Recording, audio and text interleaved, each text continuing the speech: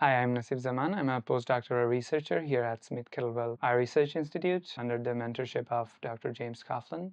My research is primarily about accessibility using extended reality headsets like the MetaQuest headset here to first model the perception of people with different visual impairments and then simulating those impairments to find out their quality of daily living, and then using those data to find out the corrections we can do to the post-process of the camera so that people can have more accessible reality.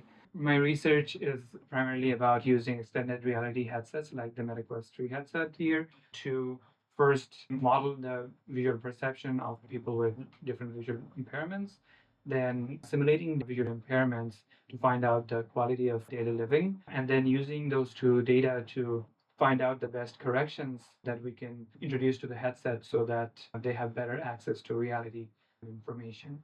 I'm primarily a programmer. My background is in computer science. I have developed four different virtual reality headsets before, and I have expertise in visual graphics pipeline for the headsets to make it real time for post-processing of the different visual impairments. I'm more interested in accessibility, and Dr. James Coughlin's experience with accessibility is something that I want to learn from.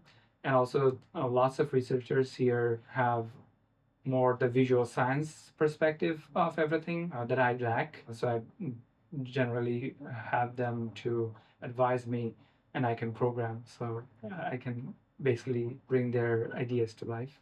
So this is a brief demonstration of what my research involves. This is a representation of monochromatic vision. Everything appears in grayscale. But if I turn on this plastro layer, everything should appear completely normal. All the colors are now visible. But if I change to a different plastro layer, this is now the simulation for tritanopia, where you have loss of color sensitivity in a specific axis. So the idea is we would have different sliders to improve the color perception for people who have this tritanopia using these simulation tools. I don't think anyone else is working on this idea here at Smith-Kettlewell. What I want to do is have a multimodal approach to learning about what a person's own perception can be enhanced using headsets, because eyeglasses are primarily just correcting the visual acuity of people. It doesn't color correct, it doesn't contrast correct. So the idea is that because you have a display that has access to the camera, you can do any computational correction on human vision. And for that, the technology is not quite there yet. Just wearing the headset introduces lots of distortions by itself.